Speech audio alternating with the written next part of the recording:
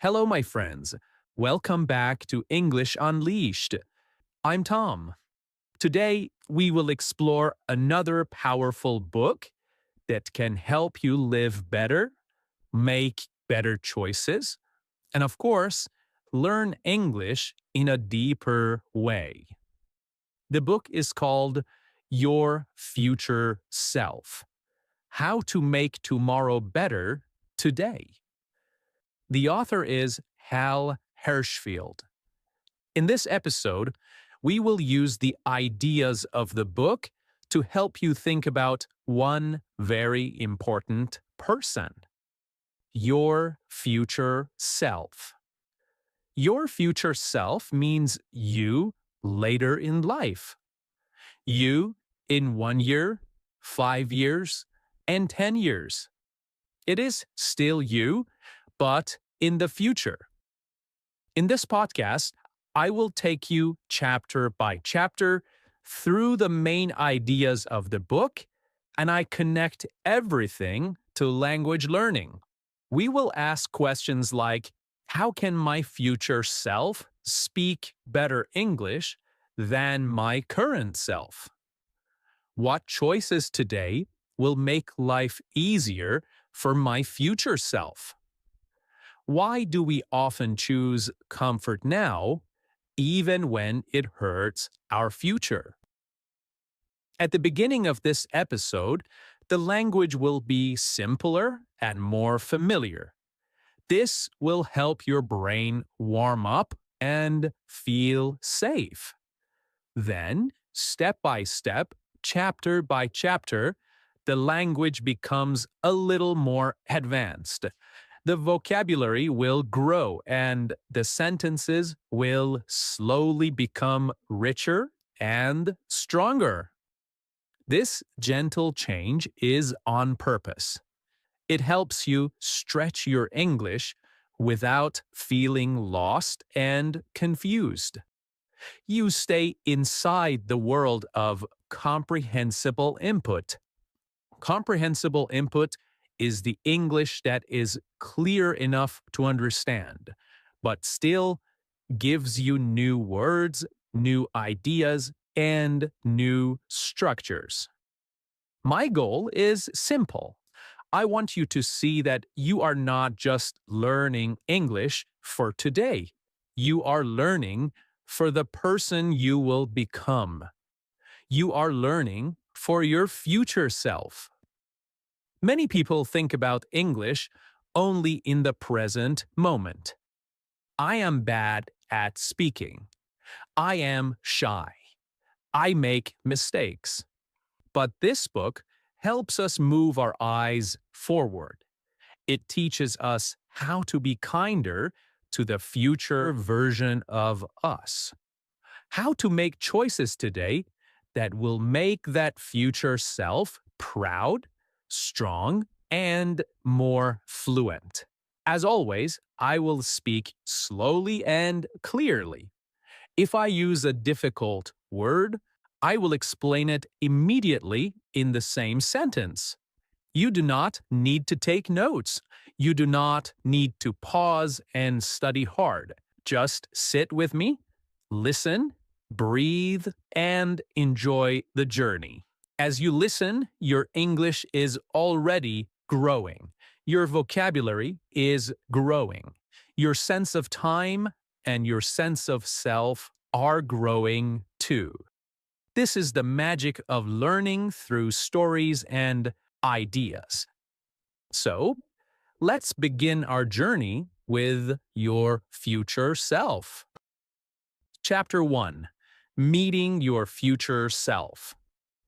In the first big idea of the book, the author asks us to do something very simple but very powerful. He asks us to meet our future self. Of course, we cannot really travel in time. We cannot physically meet the future you. But we can imagine them. We can picture them clearly in our mind. To picture something means to see it in your imagination, like a movie in your head. Most of the time, we live inside our present self. The present self is the you that is here right now, listening to this podcast. The present self always wants comfort now. The present self prefers pleasure today. The present self does not like waiting. The future self is different. Your future self wants health, stability, and success later. The word stability means feeling safe and steady, not shaking, not in danger. Your future self wants you to save money, to exercise, to learn English, to grow in your work, to protect your relationships. But often, the present self and the future self do not agree. For example, your present self may say, I just want to relax and watch a series in my own language. Your future self may say, please listen to 10 minutes of English so that in 2 years we can speak confidently. These two voices live inside us. Sometimes the present self wins, sometimes the future self wins. The author explains that for many people, the future self feels like a stranger.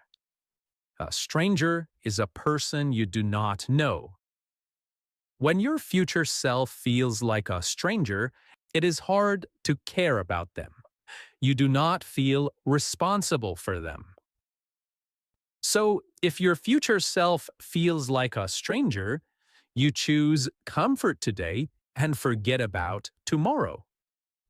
The author says that many of our problems come from this distance between our present self and future self.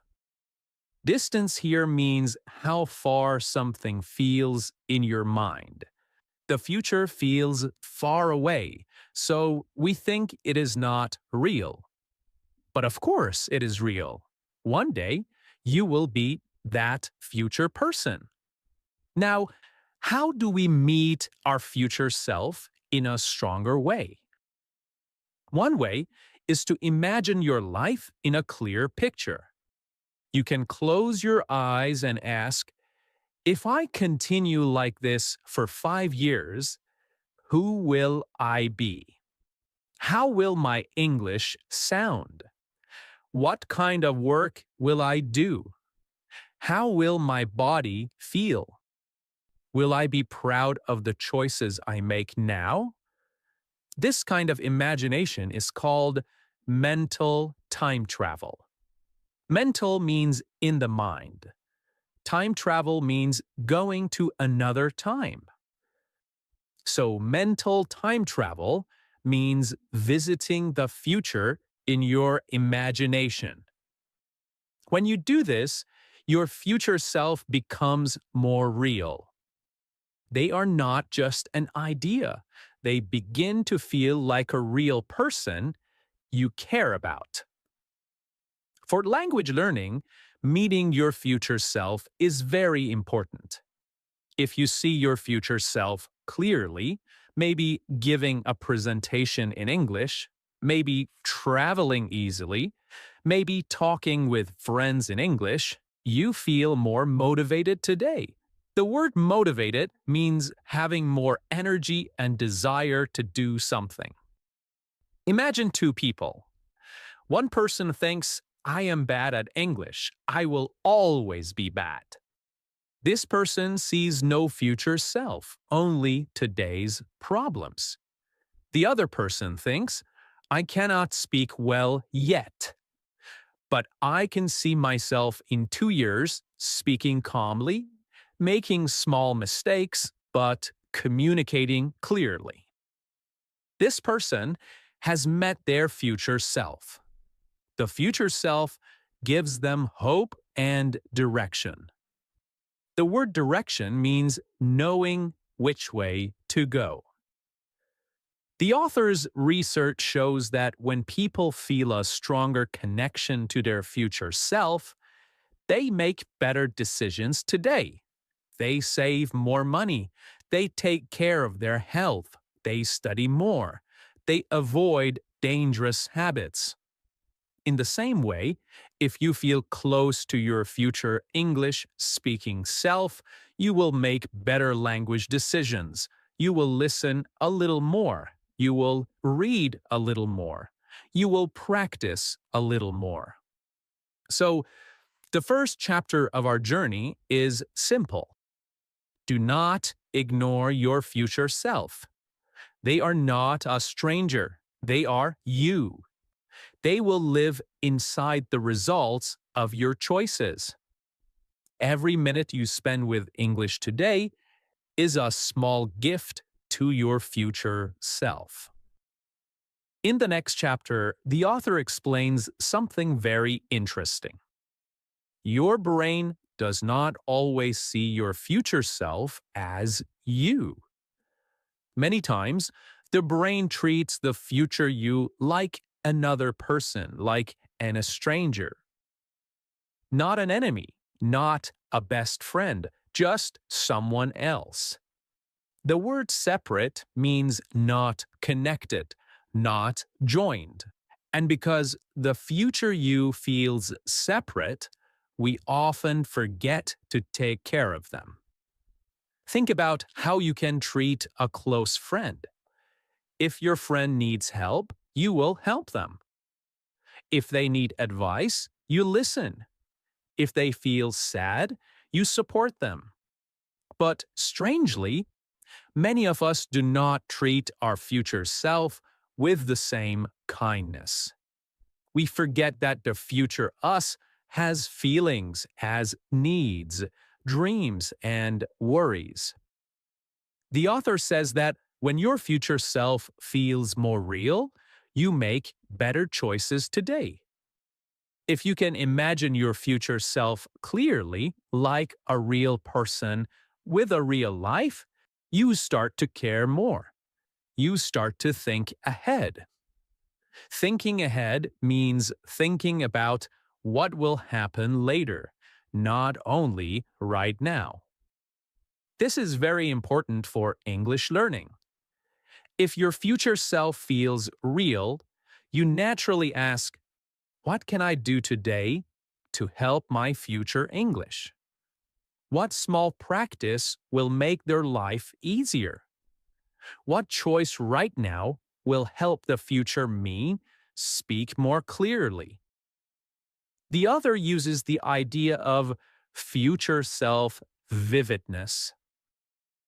Vivid means something that is clear, colorful, and easy to imagine.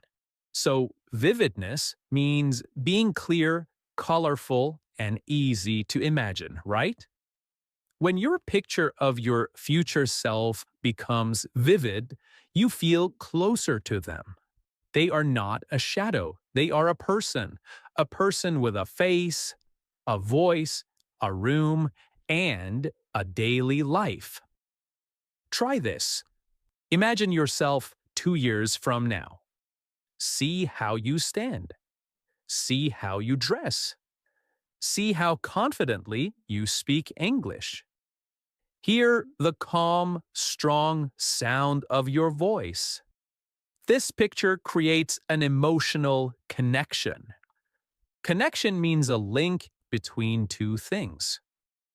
And when you feel this connection, you feel responsible for that future version of you. It becomes harder to disappoint them.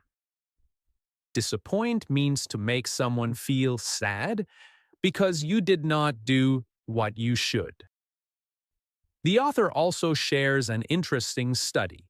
When people look at aged photos of themselves, photos showing how they might look at age 60, they make better choices. They save more money. They eat healthier food. They study more carefully. And they avoid bad habits. Why? Because the future self suddenly feels real. You can use this idea for English too. Imagine your future self using English in real life. Maybe at work, maybe when traveling, maybe helping someone. What does their face look like when they speak clearly? How proud do you feel? This picture gives you motivation that is much stronger than a grammar rule. So, the message of this chapter is soft and clear. Make your future self feel real. See them, feel them, understand them. When your future self becomes real in your mind, your choices today become wiser and kinder. And your English grows naturally because now you know exactly who you are learning for. The future you, the one who is waiting. Okay, my friends. Now, the author introduces the idea of the long game. The phrase the long game means thinking far into the future, not just today or tomorrow. It means making decisions with a long timeline. A timeline is the line of time stretching from now into the future.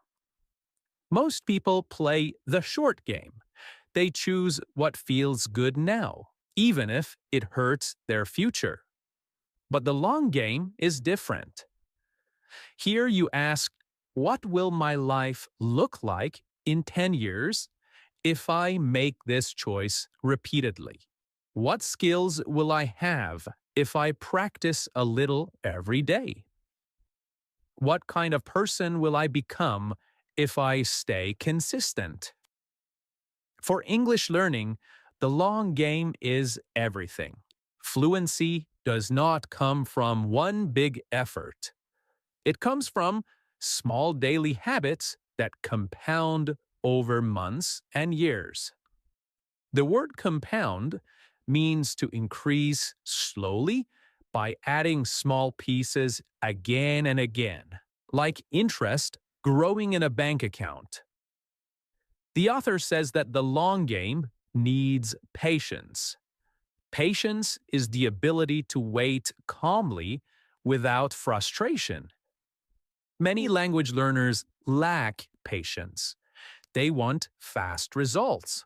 They want to speak fluently in a few weeks. When this does not happen, they feel disappointed and give up. But the long game teaches us a more realistic truth. Small progress is still progress. 1 minute of listening is progress. One new word with meaning is progress. One sentence said out loud is progress. These small actions accumulate. The word accumulate means to gather slowly over time. The author also introduces the concept of delayed gratification. This is a big word. Gratification means pleasure or satisfaction. Delayed gratification means waiting for a bigger reward later instead of taking a smaller reward now. For example, your present self wants to relax and do nothing, but your future self wants you to practice English for 5 minutes. When you practice, you delay gratification. You choose the future reward over the present moment. English learners who understand the long game do not panic when they forget a word. They do not feel hopeless when progress is slow. They know that fluency is a long journey, so they keep going. Thinking long term also helps with emotional stability. When you see the big picture, small mistakes stop hurting you. If you misunderstand something today, it does not harm your long game. If you skip one day, it does not destroy your future self. The long game is flexible and wide. It gives you space to breathe. Okay, my friends, now we enter chapter 5 of your future self. So far, I have talked about how the today you and the future you sometimes feel like two different people. In this chapter, we learn how to connect them so they feel closer and more united. The author explains that many people feel a big distance between who they are now and who they want to be later. This distance is not about the body, it is about the mind. It is about how we think and how we feel. When this distance feels big, we lose motivation. We tell ourselves the future is far away. It does not matter what I do today. But this is not true. Everything you do today shapes the life your future self will live. To help us fix this problem, the author talks about an idea called future self continuity. The word continuity means a smooth, connected line, something that does not break. Future self continuity means feeling that the you today and the you tomorrow are the same person on one long journey. When this feeling is strong, your choices today help your future. When this is weak, you choose easy comfort now and ignore tomorrow. So, how do we make this connection stronger? One simple way is visualization. Visualization means using your imagination, using your thoughts to see clear pictures in your mind. Imagine your future self in a real situation, at work, in a meeting, on a trip, or speaking English with confidence.